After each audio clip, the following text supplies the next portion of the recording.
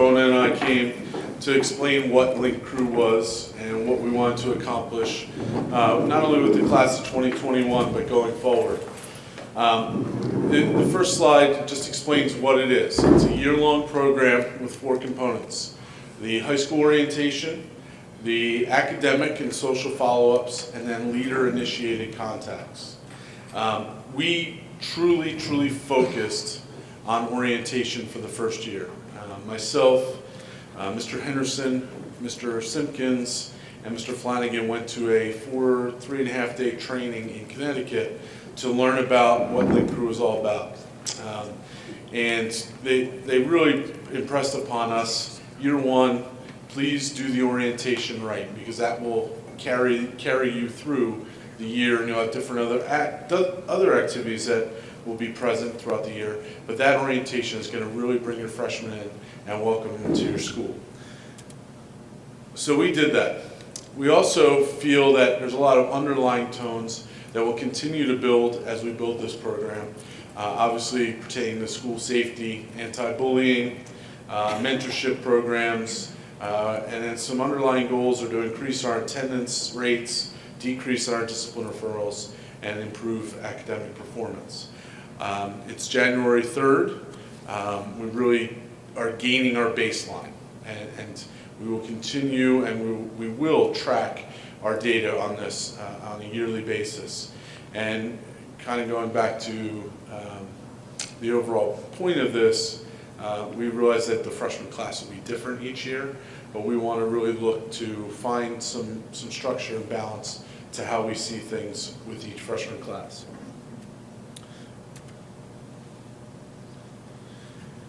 So on that orientation day, we had 83% of our class. We have 640 kids in the class currently, right around that number.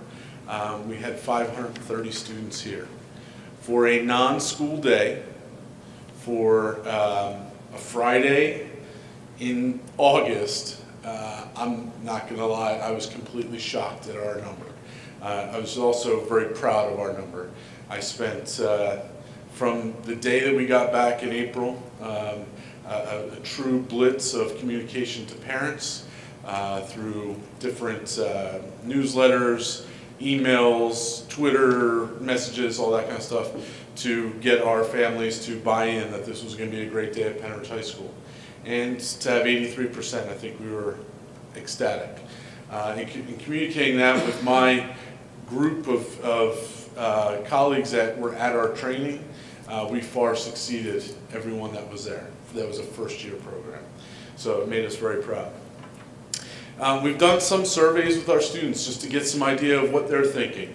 The first survey was about connectivity to the school.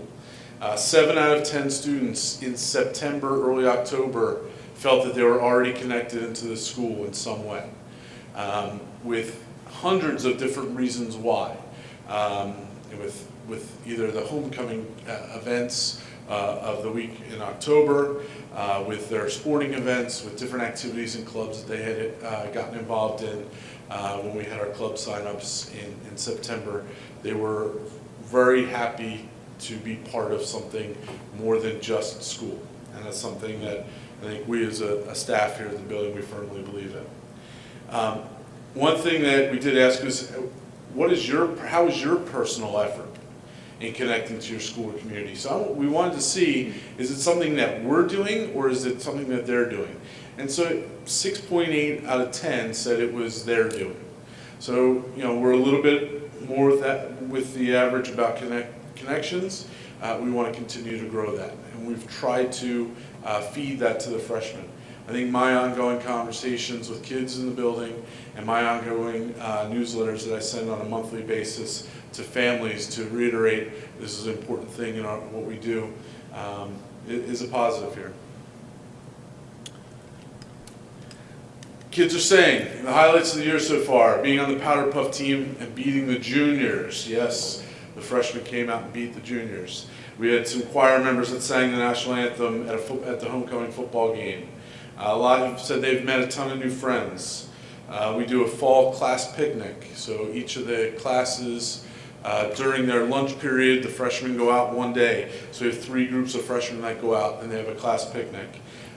It's a really nice way for kids to get to know get to know each other outside of the cafeteria, and just have some time to meet and to play, if you will. You know, we play, there's flag football games and things like that that get set up there at the stadium. Getting to meet new people from other schools. I think that's an important thing too. A lot of times we come to this as 3 buildings merging into one, and now, you know, we're really pressing on them. You need to get out and meet new people. One highlight of my freshman year is being able to meet a lot of new and amazing people. So kids are realizing there's more than what they came from at the middle school. So it says the next activity, actually the next activity is going to be next week. We did a time survey with our students this week, actually yesterday.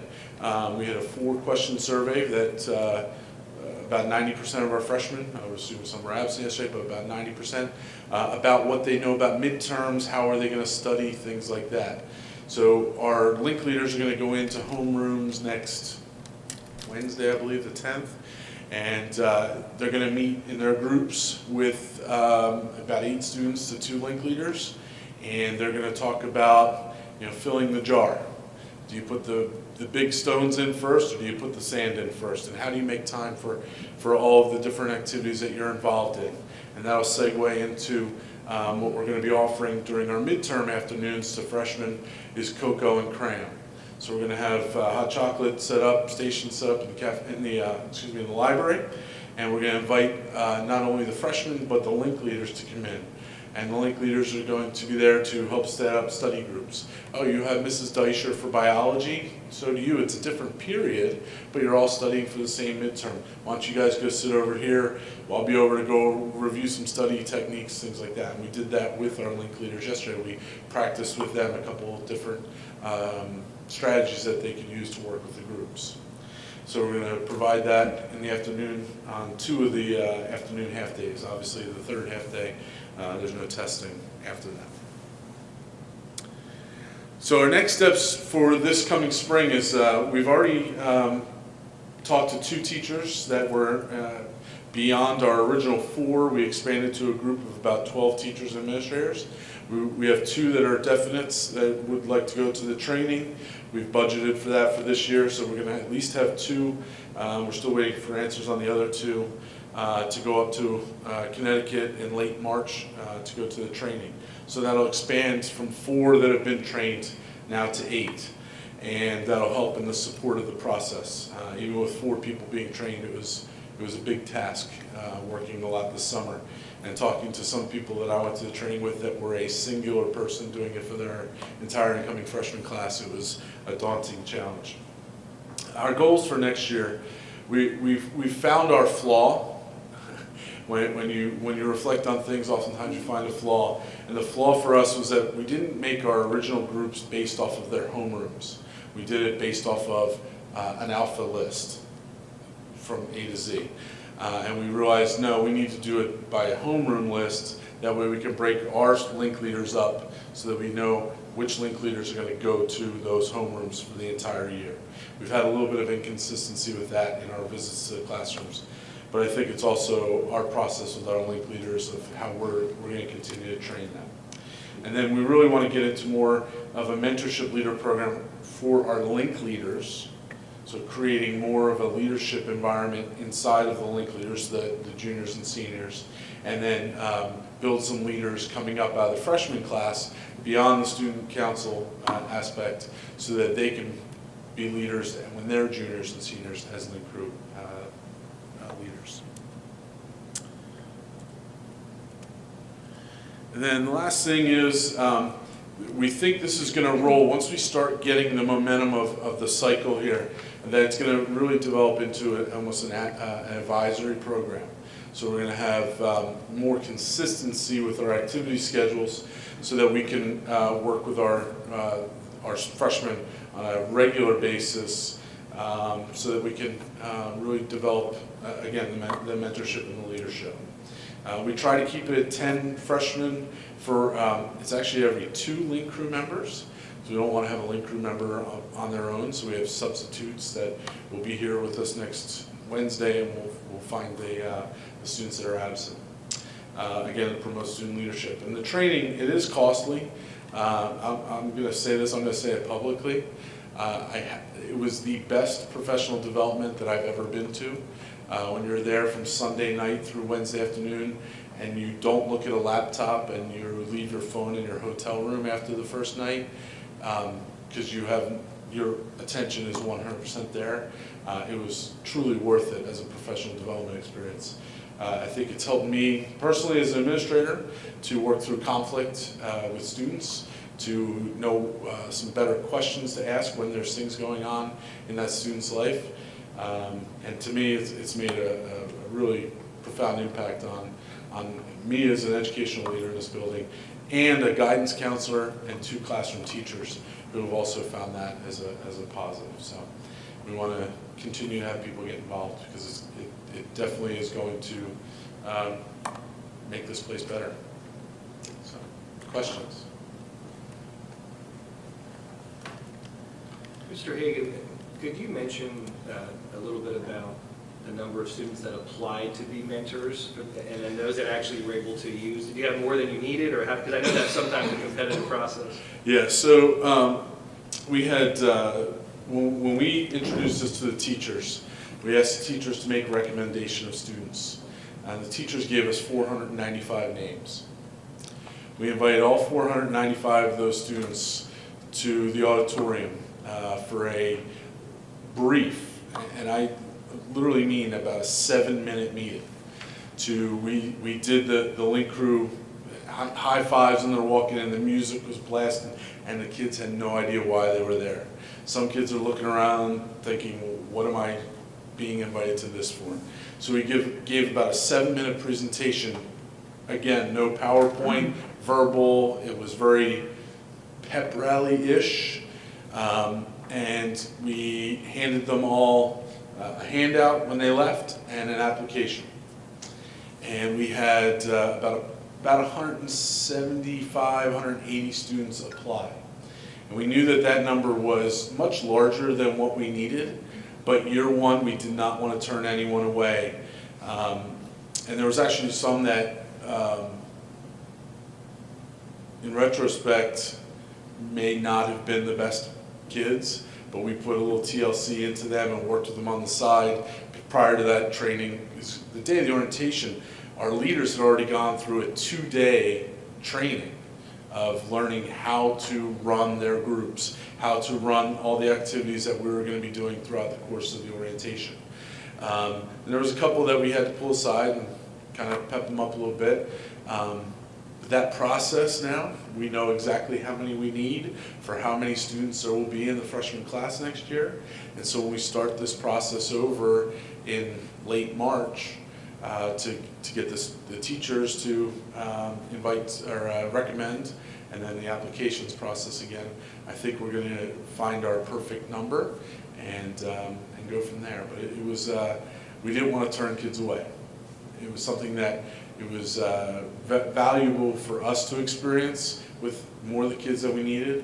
And we actually used a number of them to run simultaneously, which was not part of the process, but a new student orientation. Once we got the freshmen out into the building on their groups and on their tours, we then, for the last hour, had all the new students to the high school come in, and we did a mini version of Link Crew with the Link Crew leaders and that. So it was a benefit at that end.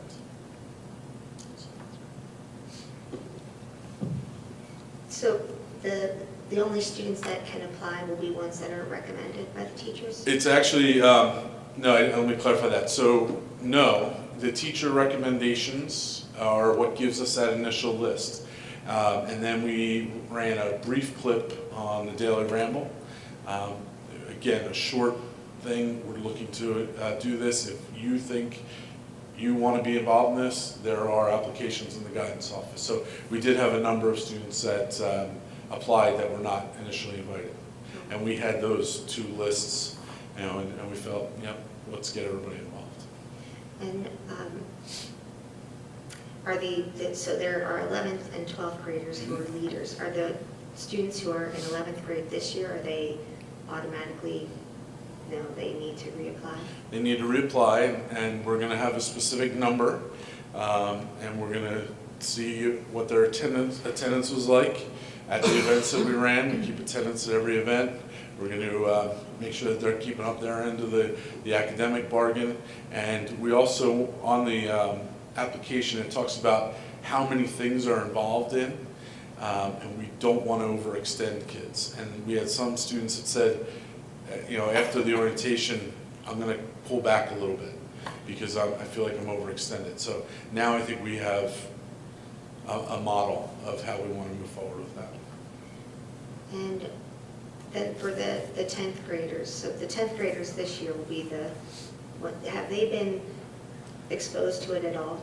Are they going in, because you have your freshmen who know, and the 11th and 12th graders involved with it who know what it is? They know what it is just from seeing our students wear their Link Crew t-shirts around school. They've probably had, a junior or senior friend or a freshman friend that's told them a little bit about it.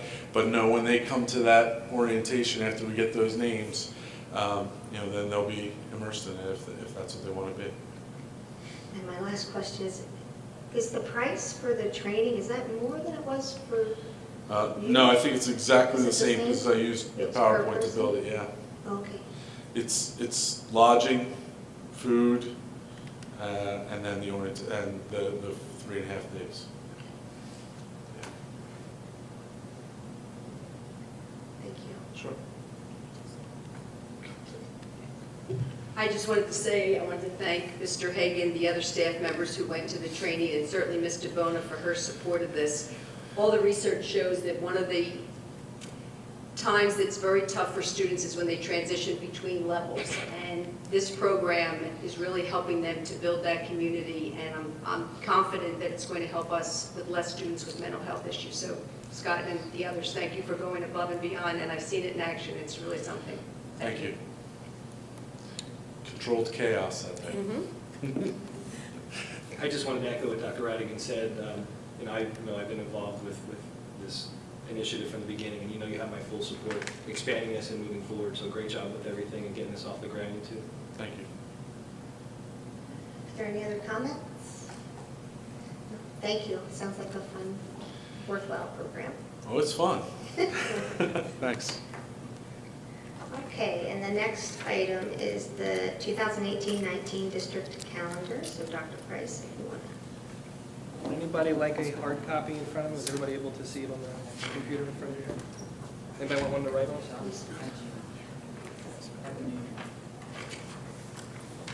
I'll start by just kind of reviewing the process for everyone's benefit as to how the calendar is developed, and then I'll point out some of the highlights of this year's calendar, specifically the changes. So every year, we work with our other two Upper Bucks schools, Palisades and Quakertown, and we meet at our technical school, and we go into that kind of with some ideas in mind, and we try to come up with the best common calendar that we possibly can. And so this year was no different, and we met in the fall, and our calendars were pretty closely aligned going into this year, and the changes that we made this year really have us in alignment. And at this point, this draft, there's only really one difference in the calendar, and that difference is that we have an in-service day on Columbus Day, October 8th, and the other schools do not. So since they're in session that day, their last student day is one day earlier than ours because of that. And that's just based on the number of in-service days and by contract and so forth that we all need. Otherwise, our calendars are identical this year, at least the drafts were. But I did want to point out a couple of the highlights this year that are different. The biggest one that you will notice is that this year we would be starting the first student day after Labor Day based on when Labor Day fell. And the last couple of years has kind of been a general rule of thumb that the schools have been working by, and that was if Labor Day fell on September 1, 2, or 3, that we would start before Labor Day, and if it fell September 4th or later, then we would start prior to Labor Day. So that's one of the changes you notice right away. So as we started building this calendar, kind of started with that in mind, and then for us, I counted out 181 days to say where would that last day take us, and then try to work everything in between. So in June, we really didn't want to go past that Friday and have to go a day into the next week for students. So backtracking there, one of the changes that then came about was trying to find a way to get an in-service day in without adding another day that's already there. And January 21st, in the past, Martin Luther King Day was a holiday for us. The last several years, for the other two schools, it was an in-service day. So that was one that I started having some discussion about to see, what would the implications be if we now made that an in-service day for us as well. So as I talked to principals and some of our PEA representatives, what I learned is, and I kind of thought this going into it, is we have some teachers that really want to be off that day because they do some great work in the community, and they do some volunteer work on that day. So what I decided to do was have a discussion with those leaders about making that day our trade day for next year. So those that don't want to come in that day could fulfill that obligation in the summer, and this year would be June. And then they wouldn't have to come in that day, they'd be off anyways. So this past year we had most of our teachers do the same thing. The last 2 years we had a trade day, and so we had a very small turnout that has to come in on the trade day. So that's how that trade day came about on that one. The only other real good option would have been October 8th would have been the trade day. If we didn't tag it for that day, if that would stay a holiday, it would have been October 8th.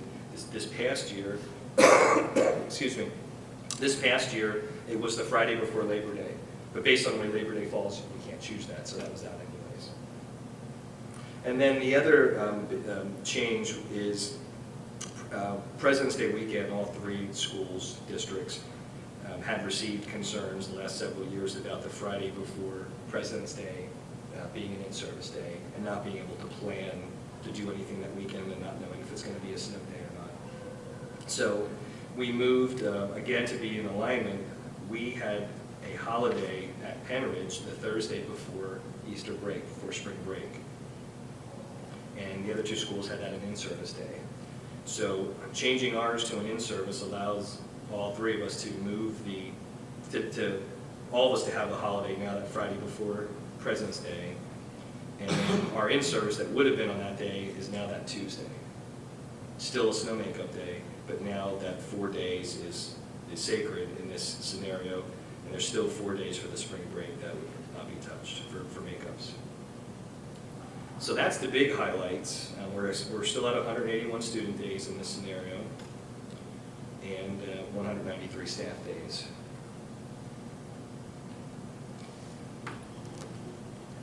Questions, comments, feedback? I just have a question on this, and I didn't notice this when I was looking at it on the computer, but it shows, it only lists 2 snow makeup days, but it says there's 3. Is there a third one?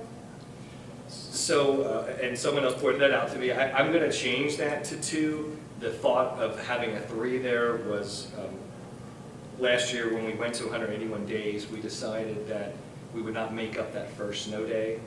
And so, in theory, there's kind of a 3rd day built in, but I will change that to 2 because that's not going to be evident to everyone that looks at this. So, just like this year, we would have a snow and inclement weather day. The first day we wouldn't make up, staff would make it up at the end of the year, but students would not.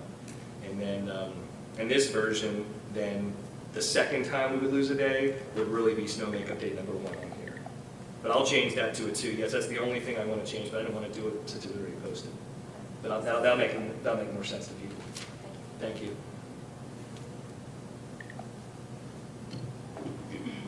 I'm not in favor of starting after Labor Day. We've done the past, it's probably 4 years, 3-4 years, we've started before Labor Day, and I think there are a lot of benefits to starting before Labor Day. I think the August days are more productive than June. This summer, it ends up being a 12-week summer, and I mean, the research shows that there's a summer slide, and when kids are off too long, you end up spending more time at the beginning of the school year just reviewing and trying to get them back to where they were.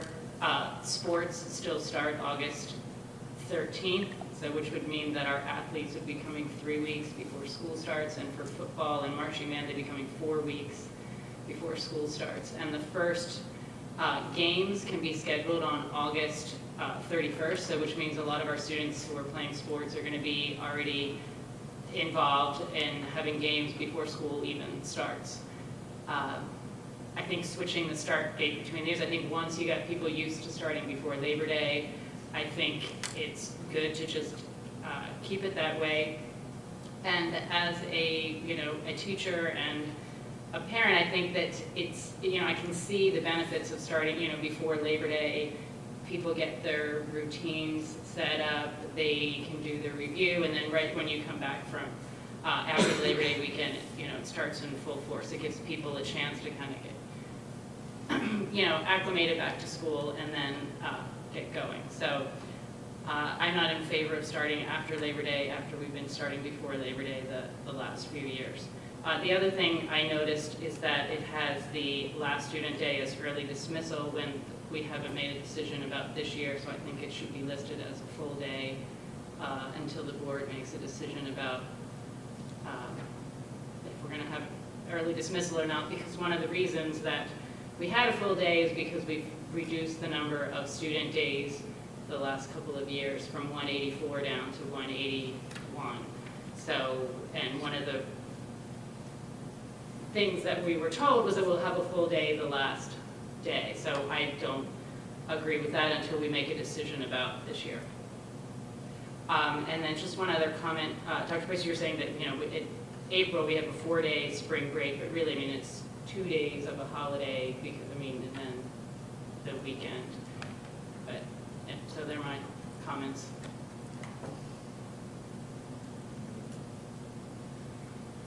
So just a few thoughts about that. I did not know until this current year, I guess, that we kind of had this rule of thumb either, and I went into this in my initial draft. I had us starting before Labor Day, and then kind of right around the time I was working on mine, the other schools were working on theirs as well that we work with, and one of the assistant superintendents sent an email to us and said, just making sure that we all have the same start date on the calendar for September 4th. And of course I looked at that and I thought, why would we want to do that? We always start before Labor Day in the summer. And she mentioned this rule of thumb that she says that we've discussed as 3 schools and had agreed upon. So I did a little digging and a little research to see Quakertown, for instance, puts it on their district calendar, what this rule of thumb is. Since this was discussed, I guess, at the 3 schools. And so I traced it back. The most recent I could find was November of 2014.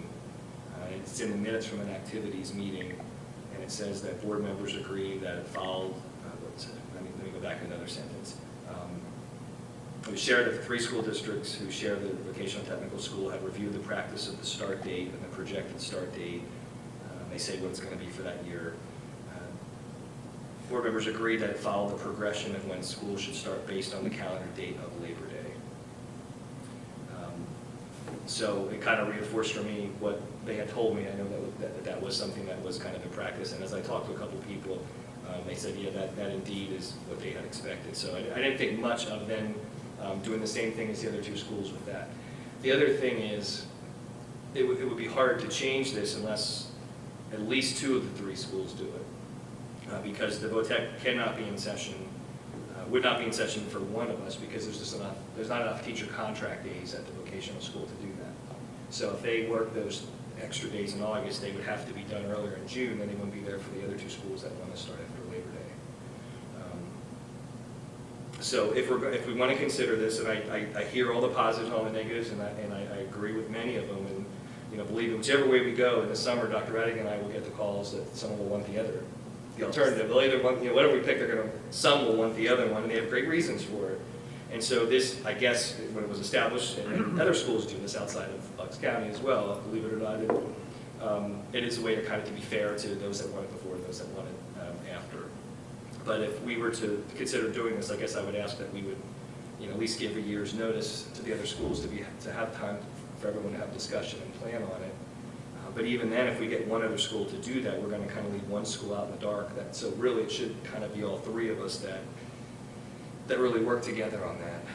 I did call and talk to Byrne over at the Tech School today, and as we talk through it, he comes up and he creates a common spreadsheet for the three schools where he really, has found success in everyone kind of working as best as they can on that calendar. And if we differ an in-service day here and there, or one holiday here and there, it's not the end of the world, but he really thought that the start date needed to be consistent with the schools based on the way his, the contract days. Troy, when do you start? When's the first time you all get together? Your first meeting again? So typically, well, I'd say typically, so 3 years I've done this now at Pennridge. First 2 years we met in December.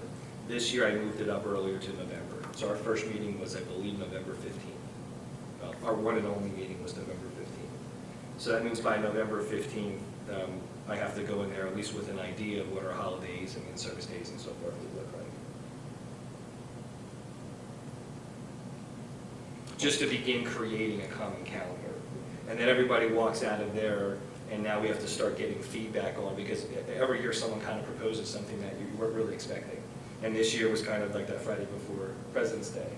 And so then I come back and then I clean up a draft, bounce it off of principals, bounce it off of our PEA leaders, and try to get their feedback. And then as soon as I incorporate that into it, and I think I have a good starting point, and then that's when I got out the board. So this is our first public discussion then. And that's kind of how it's been as I trace back. January's always been the first public discussion for the calendar. I mean, would it be possible to include the board earlier in that time when you share with those other groups you mentioned? Yes, after the November, well, assuming we're going to continue to meet in November, and I really think we have to. When we met the last 2 years in December, it was fine, I think, because there wasn't much changing on the calendars, but this year with that Labor Day change, that's why I really wanted to move it up, because for us, I know that was kind of shifting a lot of things that we do. But yes, absolutely, we can start sharing that earlier. In fact, what I can do is we didn't have a meeting this year in November, but last year I did start talking about the calendar at our activities meeting in November. And based on the way the calendar fell yet, this year we wouldn't have had that technical school meeting yet, but I think that would be a good goal for next year, is at the November activities meeting we start talking calendar. And then just for this year, it seems like it's a little too late to, what I'm hearing you say is that maybe it's too late for us to change it, but I mean, that is a long summer, basically 3 months. And so, Dr. Radigan, I was wondering if anything would change with summer school, if there's anything that we could offer people, because like Christine is saying, it's a long time for them to be out. There's that regression that some students might have, and I know it's very late in the game, but would there be anything that we could entertain maybe doing to offer to people to get like a little mini boot camp or something to just get kids to do the review before that after Labor Day? That's a possibility. We could always add maybe another week to summer school. Some districts do it an extra week than we do. Or some even run like 2 different summer school programs. Yeah, I think it may be. So it's possible. We could look into that.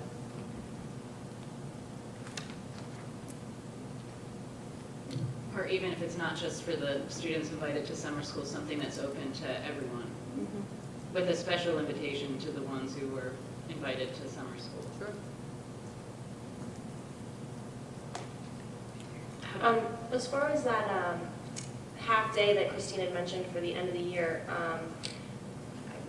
I guess we can look at that too. Troy, I remember you bringing that up in the Act 48 committee meeting, but I don't remember the background, but I remember that suggestion coming about then, so I don't know if you can elaborate on that. Yeah, one of the to be honest, I hear it the most from our building principals, who are probably getting the questions as we're getting closer to the end of the year from their teachers. The calendar is printed for 17-18 right now to be a full day that day, and Mrs. Yardley is absolutely right. One of the reasons we looked at reducing from 184 to 181, one of the justifications was that one of those days, that first day, you weren't really losing a full day. You were losing an early dismissal day, and so you kind of went from there. And so that's why it's in there now as a full day. At the Act 48 meeting, one of the teachers brought up that the high school is going to be dismissing early regardless of what we print because they're running an exam schedule, and that it would make sense to have the kids dismissing early for exams and then coming back on a full day after they're completely done, especially when that last day is currently an exam makeup day, so not everyone is in attendance anyways. So that's kind of what got the discussion started, that is the elementary and middle school also going to have an early dismissal that day. And I think we just left it as, we would investigate further and have discussion. So the reason that's on the agenda tonight, and we certainly don't have to answer that tonight, but as of now, it is a full day of the calendar. We did tell the community last year, as we kind of printed highlights of the calendar on our website, we did put it out there to say it's a full day, but those that are accustomed to that early dismissal day, if we're going to keep it a full day, we have to put that out there again, just to make sure everyone is aware. There are some school districts who have high school come back after the finals. For example, Souderton has after the finals, there's a day, like a closure day for the class, and then they even have a move-up day as well. So high school students come back for 2 days after finals. I'm not saying we have to do that, but it's not unheard of. Peter, did you have something to say? Yes, two things. First of all, I think it's very important to keep this calendar as aligned as it can be with the other two sending schools because of our vocational technical students.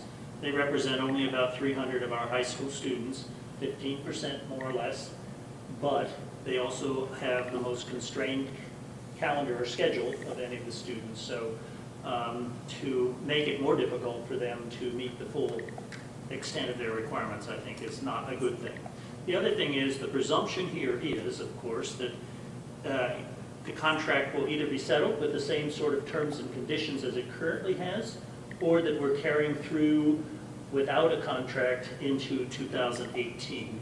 If indeed something is negotiated and settled by the June 30th date when the contract expires, that could change the calendar as well.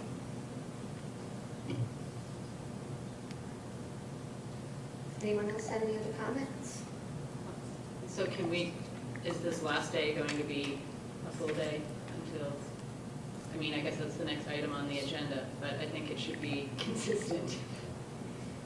And I think that just shows early dismissal because probably the other schools were early dismissing, we just did that to be consistent. That absolutely should say a full day, especially at this point, we haven't even decided for this year yet.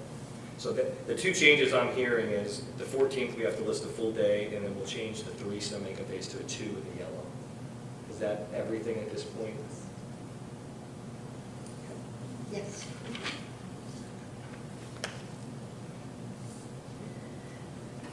Okay, and so then we do have that item on the agenda for the proposed amendment, which we've already kind of started talking about. Decision doesn't need to be made. Right. Yeah, it's on there, and we can talk about that again at the March meeting, and if we're keeping that a full day, then at that point, I would like to put a reminder out to the community, just so everyone knows what that last full day looks like. And by then, we probably would have exact dismissal times for each building, and we'll work with transportation, and whether it's going to be early dismissal or full day, at this point, we're going to assume full day, because that's what the calendar says, and we'll remind everybody of that. Thank you. All right, if there's no other comments on those, we are moving on to public comment. Any public comment? I'm seeing none, so I'm going to adjourn the meeting. Do I need to announce the executive? So following this meeting, there will be an executive session and a super executive session for personnel matters. Thank you. Meeting is adjourned.